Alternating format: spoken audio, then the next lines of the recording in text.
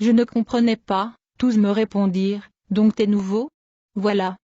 Pourquoi tu ne comprends pas ces choses? Nous sommes tous morts par des accidents, viens t'asseoir avec nous et mangeons. Je me suis éloigné promptement d'eux sans rien dire, étant fatigué puisque j'avais couru toute la nuit et portant le regard vers le ciel. Seigneur Jésus, si vraiment je t'ai servi, viens me secourir. C'est alors que j'ai reçu la visite du Seigneur en voyant une lumière à une vitesse décroisée vint se tenir devant moi, c'était comme le soleil qui brille, semblable à une lumière ondulante. Une voix se fut entendre du milieu de la lumière qui m'a dit, « N'aie pas peur mon fils. Dieu t'a choisi pour être témoin des choses que tu verras, sache-le que les âmes souillées n'hériteront point le royaume des cieux. Je suis ton guide qui te conduira dans les abîmes de l'enfer, tu verras des choses étranges. Mais avant tout dépêchons-nous sur la colline du monde pour voir comment ce monde est corrompu. » Quand je me suis levé pour lui voir, j'ai vu l'apparence d'un homme sous forme d'une lumière intense comme le soleil qui brille dans toute son ardeur. Au milieu de la lumière je pouvais apercevoir l'apparence d'un homme vêtu en blanche, ses yeux comme du feu, sa voix ressemblait comme le bruit des grandes eaux, ses deux paumes de main et ses pieds furent troués jaillissant du sang frais, portant une couronne pleine d'étoiles et son front avec des cicatrices. Sur ces paroles je me suis relevé, je le regardai et j'ai su que c'était le Seigneur, c'est comme ça que j'ai commencé à l'adorer. J'avais cette joie de lui dire tout ce dont je ressentais pour lui, mes lèvres ne répandaient que de l'adoration et des cantiques des louanges. Il était si magnifique et parfait, en tout cas il est la perfection. J'ai fléchi mes genoux devant lui et lui dis, si vraiment c'est toi Seigneur Jésus-Christ, fais-moi retourner dans mon corps, car je ne sais ce qui a fait que je sois ainsi, retourner dans mon corps m'est pratiquement impossible. Alors il me dit, ne t'inquiète pas pour ce corps, toi tu as une mission spécifique pour attester ces choses que je vais te montrer au monde. Me tenant par la main ensemble nous étions montés au sommet d'une colline et je n'ai jamais vu une telle montagne. Au sommet il y avait 2 sièges où nous étions assis, il me dit, porte ton regard de partout, que ce que tu vois? Hélas je ne voyais rien du tout si ce n'est qu'une obscurité. Mes chers amis, depuis ma naissance, je n'ai jamais vu une telle obscurité jusqu'à ce jour. Le Seigneur me dit, l'obscurité dont tu vois c'est le monde qui est assis sur la puissance du malin, le diable a envahi toutes les couches de la société, le style de vie, il tira 2 cailloux blancs du pan de sa robe et me met sur les yeux. Ensuite me posa la question, vois-tu ce qui se passe dans ce zénith? Je lui dis, je vois les pays du monde entier. Bien-aimé, je voyais le déplacement de tout être sur la terre, le peuple de toute langue, toutes les nations, tribus, etc. Je pouvais comprendre ce qui se passait au fort intérieur des hommes. Quand ces humains marchaient, d'autres étaient porteurs de la lumière et d'autres des ténèbres. Le Seigneur comprenait directement ce que je voyais et il me dit, ceux qui portent la lumière sont le peuple que j'ai acquis au prix de mon sang. Dis à mon peuple que vous devez être la lumière de ce monde, rayonnez partout où vous êtes. Matthieu 5, 14-16, ceux qui portent les ténèbres sont ceux qui me rejettent et choisissent les plaisirs du monde, les choses vaines, mais lorsque le Fils de l'homme apparaîtra, il attirera pour lui que le porteur de lumière. Dis à mon peuple de ne pas perdre leur chandelier. Je lui ai dit, Seigneur, mais certaines lampes sont éteintes. Il dit, celles-là sont ceux qui mélangent leur voix. Étant enfants de Dieu, ils se corrompent à tout moment. Ils ne savent pas choisir les choses saintes et profanes. Ils ne font aucune distinction entre les choses de Dieu et du monde. Mon fils Aston, vous devez faire le choix entre les choses de Dieu et celles du monde. Si vous vivez comme des païens, pourquoi prétendez-vous m'appartenir? Pendant qu'il parlait, moi je voyais des âmes courir çà et là criant chacun, je ne suis pas mort. Il me dit encore, que vois-tu? Seigneur, je vois tous les pays du monde et sa population. Je pouvais aussi lire leurs pensées. Il me dit encore, que vois-tu? C'est alors qu'au Brésil j'ai vu un groupe de gens qui transportaient le cortège funèbre d'un homme qui fut assis sur son cercueil entouré des anges chantant un vieux cantique de notre pays dont j'ai reconnu, en demandant au Seigneur pourquoi ces Brésiliens chantaient notre chant. Il m'a répondu que ce sont des cantiques célestes, et d'ajouter, la majorité de ces musiciens chrétiens dont tu connais ne chantent pas pour ma gloire, moi je ne reconnais que le frère Alain Moloto, mais Seigneur, comment dites-vous des choses pareilles? Le monde a plusieurs musiciens chrétiens qui chantent pour toi. Il me dit, certes mon fils, mais ce ne sont que des bruits dans mes oreilles. Je te conseille la musique de frère Alain Moloto, Église Le Réveil du début et celle des protestants, Fr Carlito, Sr Lola Leonardo, etc. Pour les restes il faudrait demander l'aide du Saint-Esprit afin de connaître la source d'inspiration. Je ne reçois la gloire que des chansons dont j'en suis l'auteur. Psaume 119, 172, 138, 1. Plusieurs je les ai rejetés puisqu'ils composent pour moi. Au lieu de chanter pour moi, eux préfèrent chanter pour le succès. Pendant qu'il me parlait, ces gens qui transportaient le cercueil étaient arrivés au cimetière. Ils étaient vêtus en blanc puis ils furent montés au ciel avec la personne qui était morte. C'est alors que j'ai vu dans un autre pays un groupe des hommes qui conduisaient aussi un homme mort mais qui le cercueil fut encadré par 4 hommes vêtus en robe noire. La personne morte était assise au-dessus du cercueil et ses démons lui tiraient de tous le sens. Le Seigneur me dit qu'il fut un hypocrite, un homme de mauvaise vie et voilà pourquoi les démons lui maltraitent et lui conduisent dans son lieu de tourment éternel. J'ai vu un groupe d'hommes transportant un cercueil dont l'âme de la personne décédée était assise dessus et disait, « Laissez-moi retourner dans mon corps. Pourquoi me pleurez-vous? Non, je veux retourner, ne m'enterrez pas. » À chaque chose dont je voyais, je disais, « Seigneur, je vois ceci ou cela. » Il me dit, « Tu as bien vu, je vais faire passer le monde en revue et te faire voir quelqu'un si tu vas le reconnaître. » De loin il me fit voir un homme habillé en safari qui marchait et me dit, « Connais-tu cet homme ?» Il le retourna pour me le faire voir. Là, je lui ai reconnu, il s'agissait de Mesi Alexandre Zedini Abala. Il dit, « Cet homme fut mon serviteur, mais je vais te relater l'histoire de sa mort. Le Seigneur me fait voir un jour l'homme de Dieu marchait sur la terre et un ange du Seigneur lui apparut pour lui dire que ses jours furent à leur terme et qu'il devait se préparer pour rentrer à la maison. Il répondit à l'ange, « Oui, je suis prêt. » Mais je lui voyais pendant la nuit regretter pour son départ puisqu'il y avait personne pour prendre la relève. Le jour de ses funérailles son âme était assise près de son corps. Les anges vinrent à lui et après lui avoir parlé il monta à bord d'un véhicule puis il alla dans l'espace avec eux. Il avait dans sa main une canne qu'il a piquée dans l'espace en monta vers le ciel avec les anges. Le Seigneur me dit la canne fut l'évangile qui lui a été accordé. Mais après lui les faux évangiles entreront dans ce monde, entre autres celui de la mondanité, vanité, bien matériel, etc. Le regard des hommes seront tournés vers les choses de ce monde et n'auront aucun souci pour leurs âmes ni l'éternité. Les puissances des ténèbres envahiront les esprits des chrétiens qui abandonneront la vie de la consécration. Ils seront plus formalistes, mais ceux qui marcheront dans la crainte de Dieu, dans la sanctification hériteront le vrai évangile. Mes chers frères et sœurs, prêchons la sainteté. 1 Thess 4, 2-4. Le Seigneur continuait de me parler de la chute de l'Église actuelle. Il me dit ensuite, je vais te montrer un accident de circulation et tu verras des choses effroyables. C'est alors qu'il tourna mon regard pour voir de l'autre côté et mon attention fut attirée sur un camion de transport en commun qui venait de subir un accident. Il s'est cogné sur un autre véhicule et tous les passagers y compris le chauffeur sont morts. Les gens étaient venus pour secourir mais il n'y avait pas de survivants, tous pleuraient ces victimes, et je voyais ces âmes mourantes à côté de leurs cadavres et interdisaient aux humains de pleurer car ils sont encore en vie. Ils ne voulaient pas accepter cette réalité. Le premier dit, « J'ai laissé ma femme et mes enfants à la maison, ils savent que je suis allé chercher quelque chose pour subvenir à leurs besoins. » Le second dit, « À peine je me suis marié, que deviendra ma femme ?» Une autre dit, « Je suis veuve et seule je prends la responsabilité de mes enfants. Que ce qu'il m'est arrivé. Personne ne prendrait la relève. » Chacun poussait ses raisons, mais une dame qui était à côté disait, « C'est fait. Le jugement est prononcé. » Et elle répétait sans cesse cette phrase, tandis que des journalistes et ceux qui se trouvaient là accusaient le chauffeur. J'ai dit au Seigneur, ce n'est pas sa faute car l'ange de la mort a heurté le véhicule. Alors j'ai compris que souvent certains accidents ne tirent pas leur origine du monde physique. Une ambulance arriva sur le lieu et ramassa tous ces cadavres, mais leurs âmes voulaient retenir chacune son corps en disant aux secouristes de les laisser. Mais en vain, ils ont été conduits à la morgue. Leurs âmes furent abandonnées sur le lieu du drame, troublées ne sachant quoi faire et n'ayant pas la force de rentrer au monde accessible. Mes yeux étaient toujours fixés sur ce spectacle. J'aperçus de loin au milieu de sphères célestes un véhicule décapotable descendait sur terre avec une grande lumière et à l'intérieur il y avait des êtres vivants ayant chacun un instrument de musique, des flûtes, des pianos, des trompettes, des psaltérions, etc. Ils chantaient un vieux cantique en lingala, biloko nyozo et kotika lanamo kilioyo. Nkolo Uzu Akumizama Alléluia, ce qui veut dire, toutes choses resteront sur ce monde et que Dieu soit loué Alléluia. Arrivés au lieu du drame, les êtres vivants qui étaient à l'intérieur de ce véhicule descendirent et embrassèrent la dame, qui disait que le jugement est fait, dont le corps était carbonisé mais son âme en bon état. Ils la consolèrent d'avoir passé toute sa vie avec Dieu, de l'avoir fidèlement servi. Une voix se fut entendre, heureux dès à présent les morts en Christ.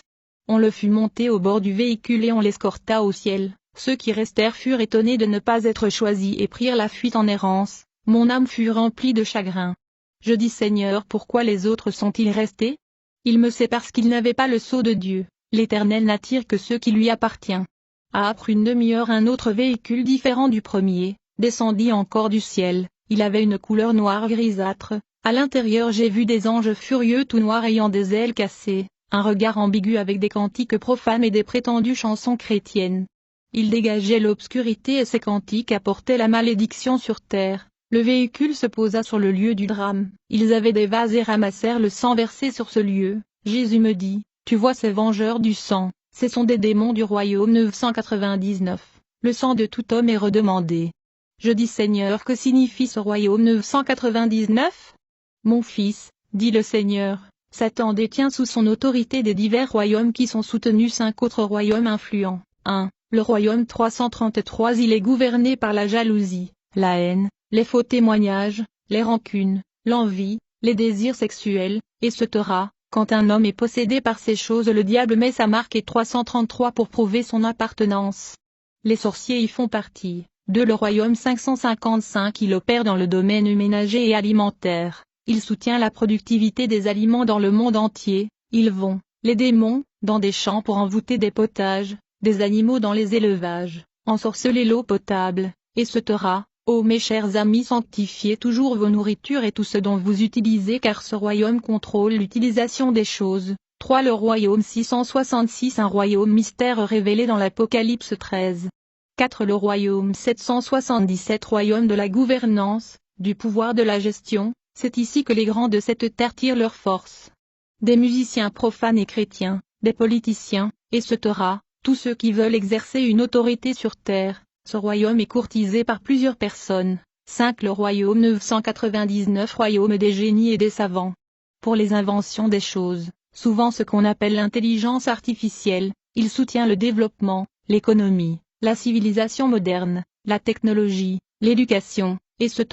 Ce sont des royaumes que nous appelons les 5 étoiles, ils ne fonctionnent que par le sang des humains, et Jésus me dit c'est la raison pour laquelle ils sont ici sur la terre, ils sont à la recherche du sang. Le Seigneur parlait et moi je voyais les démons qui étaient descendus se dire l'un à l'autre, où sont les âmes qui ont versé leur sang ? Celui qui semblait être leur supérieur dit, allez me trouver ces gens-là. Et ils partirent au crépuscule, 3 sont partis et les autres sont restés, en peu de minutes ils revinrent avec des âmes capturées à l'endroit où était leur véhicule, elles étaient liées par des chaînes de fer. Leur chef en regardant ces âmes fut un triage, il relâche les autres et retient les autres, ensuite montèrent dans le véhicule et ils disparurent. Ô Seigneur, pourquoi il a relâché les autres ? Jésus me dit, mon fils, ceux qui sont restés leur temps n'est pas encore arrivé. Que cela signifie Seigneur ? Il me dit, ô mon fils, ne sais-tu pas que la mort est repartie en 4 degrés ? Dieu dans sa souveraineté, a permis que les hommes quittent la terre. 1. Par sa volonté, cela veut dire que tout homme doit mourir un jour, vous ne vivez qu'un temps prévu de Dieu, il se peut que vous viviez 2 ans, 30 ans, 50 ans, etc. Job 30. 23. Si cette mort répond au temps prévu de Dieu vous irez en éternité, l'enfer ou le paradis. Tous ne sont pas destinés à vivre 120 ans. 2. Par la volonté des hommes Dieu connaît toutes choses. Mais certains gens meurent parce que les hommes, sorciers, magiciens, etc., les ont sacrifiés. Ces âmes n'entreront pas dans l'éternité parce qu'ils sont morts avant le temps prévu de Dieu, ils font leur bagarre sur la terre, acheter des vêtements, nourriture, etc. Oui, le corps sera enterré mais l'âme n'aura pas de destin, ces âmes se promènent dans des rues à la recherche d'un corps pour se manifester et revenir dans le monde. Par exemple, ces âmes se promènent dans des deuils pour chercher des cadavres, ils peuvent entrer dans la photo d'une personne déjà morte. Si elle est chauffeur, il a la possibilité de transformer son cercueil en un bus pour travailler, elles viennent au marché pour acheter des aliments, etc. 3. Par leur propre volonté suicide, erreur, etc. 4. Par la volonté de Satan ce sont des voies par lesquelles l'ange de la mort passe pour ôter la vie d'un homme sur la terre. Je voyais comment cet ange ôtait la vie des gens sur la terre. Alors les démons qui captivaient les âmes montèrent dans l'espace et furent entrés sur la terre et il me dit, le Seigneur, suivons ces gars qui ont capturé ces âmes. Sur ces entrefaites, nous montâmes à la hauteur et en regardant sur la terre j'aperçus des choses qui bougeaient comme des entonnoirs, qui sortaient de toute la terre et tournaient en rond autour d'un point central et se rétractaient. Il tournait très haut au-dessus de la terre et se mouvait continuellement. Il me dit, le Seigneur, ce que tu vois là sont des entrées de l'enfer. Nous franchirons l'un de ces passages pour pénétrer à l'intérieur. À cet effet, la peur me saisit. Je dis, non Seigneur, je dirai au monde que l'enfer existe. Les puissances des ténèbres sont réelles. faisons demi-tour. Ne me faites pas entrer ici, non mon fils, me répliqua Jésus, tu as intérêt d'y entrer. Telle est la mission spécifique dont tu as été préparé. À l'intérieur de ces entonnoirs une voix sortait et disait, livraison. Et on versait des milliers d'âmes d'hommes. Je dis Seigneur, d'où viennent tous ces hommes? Pourquoi sont-ils versés dans ces entonnoirs? Ils viennent de la terre, répond Jésus, ils se sont corrompus. Ils ont fait du péché leur mode de vie. Mourant, leurs âmes sont directement envoyées dans cet endroit. C'est alors nous descendîmes dans cette entrée. Au milieu de la paroisse étaient des esprits impurs enchaînés et poussaient des cris. Ils sifflaient partout et cherchaient à nous toucher vers notre passage, mais en vain car les ténèbres furent partout. Une obscurité profonde qu'on ne pouvait même pas se voir, une odeur nauséabonde et répugnante des cadavres. Seule la lumière émanant de Jésus-Christ me permettait de voir. Il me dit, le Seigneur, tu vois ces créatures, ce sont des démons préparés pour aller détruire la terre. Ils ne sont détachés que lorsque Satan donne l'ordre, ils sèment de la terreur sur la terre. Ces créatures ressemblaient aux animaux, d'autres avaient la forme humaine au nez et aux oreilles pointues. D'autres encore avaient des formes dont je n'ai pas compris, ils dégageaient une odeur répugnante. Jude 6. L'endroit était très sale. En regardant ces créatures nous nous sommes parvenus au bout du tunnel, nous nous retrouvâmes devant une grande étendue sablée, la terre était rouge comme si on l'avait peint. Il dégageait de la fumée, c'était aussi comme une terre volcanique et des insectes impurs de toutes sortes remplissaient cette étendue. Le Seigneur me dit, tourne-toi de l'autre côté et regarde. J'aperçus une multitude d'âmes dans un fil d'attente, des hommes, des femmes et enfants, petits et vieux, toutes pourries. Des asticots les couvraient toutes. Elles étaient toutes debout comme s'ils entendaient une sentence. Dans les mains, elles tenaient chacune une chose semblable à un disque. Il y avait des démons de toutes espèces qui les surveillaient pour qu'ils ne quittent pas leur rangée. Ces démons avaient des chaînes enflammées et si l'une de ces âmes essaya de faire quoi que ce soit, il les fouettait. Quand le fouet touche une partie du corps le consume et des vers de terre sortaient dans cette meurtrissure, des vers de terre dont vous ne pouvez pas imaginer. Je dis Seigneur, qu'est-ce qu'ils font?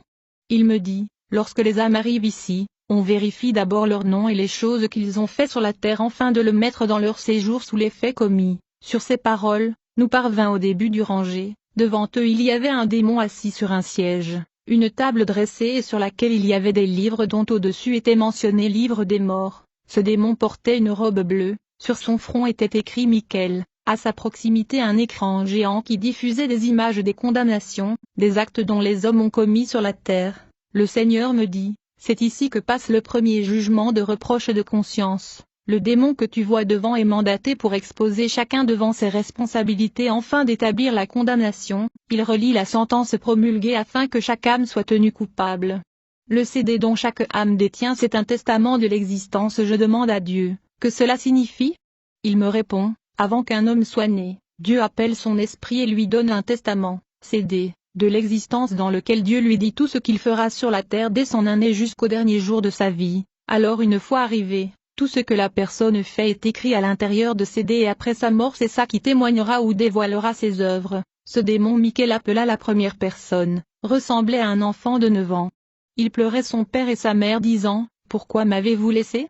Je ne sais pas où suis-je » et ce démon se moquait de lui. Ils dirent, « Tes parents ne t'ont pas gardé quand tu étais en vie, ils ne viendront pas ici pour te défendre, alors écoute ta sentence, gamin. » Cria Michael, « Tu as été condamné par Dieu d'avoir vu la nudité de ta mère.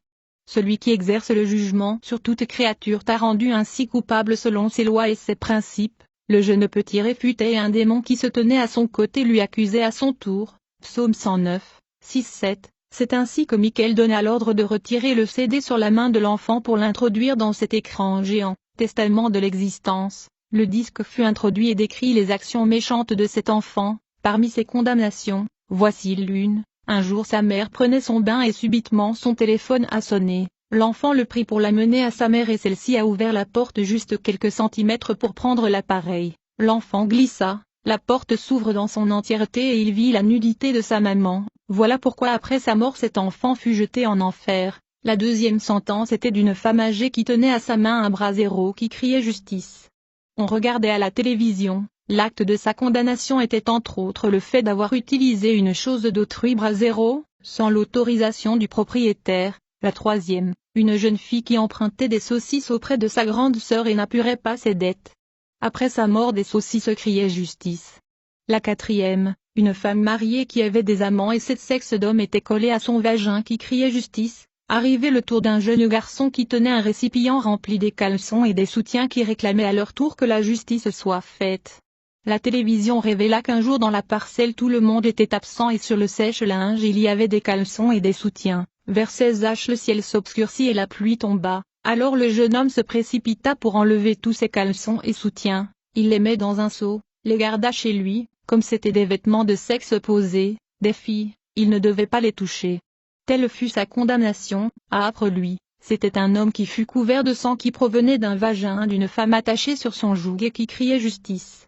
La télévision révèle que cet homme couchait avec sa femme pendant ses périodes menstruelles. J'ai tombé et pleuré en voyant de tels jugements.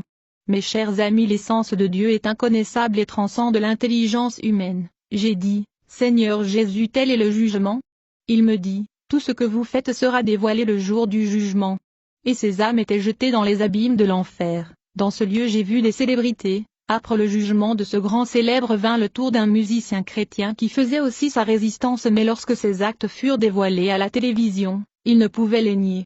Alors Michel lui dit, les innocents ne se retrouvent pas ici. Il donna l'ordre aux lézards sauvages de lui mordre. Les morsures causées étaient douloureuses dont l'homme ne pouvait pas supporter. On le jeta dans l'abîme de l'enfer. Jésus dit, suivons ce dernier, à travers lui tu découvriras tout ce qui se passe à cet endroit. Or derrière Michel, il y avait une porte qui portait 12 écriteaux, les portes de l'enfer. Job 17, 16. Au barré royaume éternel de douleur pour ceux qui se sont rebellés envers Dieu. Au barré demeure de ceux qui souillaient la terre de toutes sortes d'abominations et de méchanceté. Sophonie 3, 1. Ézéchiel 43, 8, 36, 17-18. Au barré châtiment éternel des crimes commis par des hommes sur la terre. Au barré ceux qui ont irrité Dieu dans leur conduite, n'ont pas voulu accepter Jésus-Christ comme leur Dieu. Au barré et ce Torah, bien-aimé, je n'ai pas pu lire tous les 12 mais j'ai énuméré quelques-uns. Lorsque vous n'attirez pas l'attention sur moi, me dit Jésus, vous acceptez des religions qui ne me donnent pas la place de ma divinité suprême comme Dieu véritable et l'unique. Vous êtes pour toujours candidat de l'enfer. Alors dans notre entrée, lorsque nous avons franchi la porte, nous nous retrouvâmes devant un trou enflammé, le feu était partout, il n'y avait même un espace vide, l'atmosphère était remplie des flammes, c'était comme si nous étions à l'intérieur d'un volcan. J'écoutais les gémissements des damnés, je dis Seigneur, pourquoi nous sommes dans cet endroit? Je disais oh je suis perdu, mon aimable Seigneur, peux-tu me faire sortir d'ici? Tu as intérêt de voir ce lieu mon fils, dit le Seigneur. Alors on descendait de ce trou et l'atmosphère changeait, il y avait des noms inscrits sur les murs, ce trou avait la forme musculaire, les noms que tu vois sont des gens qui vivent sur la terre et d'autres sont déjà ici, les autres aussi ne sont pas encore nés mais leurs noms sont inscrits en enfer. Je lui demande Seigneur comment cela est-il possible? Quelqu'un qui n'est pas encore né et son nom se retrouve ici en enfer? Donc il y a des âmes destinées ici en enfer? Détrompe-toi mon fils, me dit le Seigneur. Nul n'est destiné à vivre ici en enfer, le diable désoriente les humains même avant la naissance et les amène ici, en enfer. Matthieu 25, 46, lorsqu'on descendait nous croisions les démons avec leurs épées, lances, javelots qui montaient rapidement. Tu vois ces gars? Me dit Jésus, ils vont sur la terre pour séduire les habitants et les amener dans ce lieu, ils rempliront la terre par leur enchantement. Les hommes souilleront leur dignité, l'impudicité, le mensonge, l'amour des richesses, la gloire de la vie, les rancunes, la haine, des conflits, etc. Ils se serviront de ces armes pour combattre les hommes. Dis à mon peuple que je viens pour une église sainte, purifiée de toutes ces choses. Ils sortaient à la vitesse d'un éclair. Je dis mais pourquoi ils vont si vite? C'est parce qu'ils savent que l'heure est finie. Apocalypse 12, 12, ils sont prêts à la bataille. Mais mon peuple ne s'est pas préparé. Sur ces paroles nous sommes arrivés au fond du trou. J'ai vu une vaste étendue enflammée avec des laves de feu partout. Où sommes-nous Seigneur?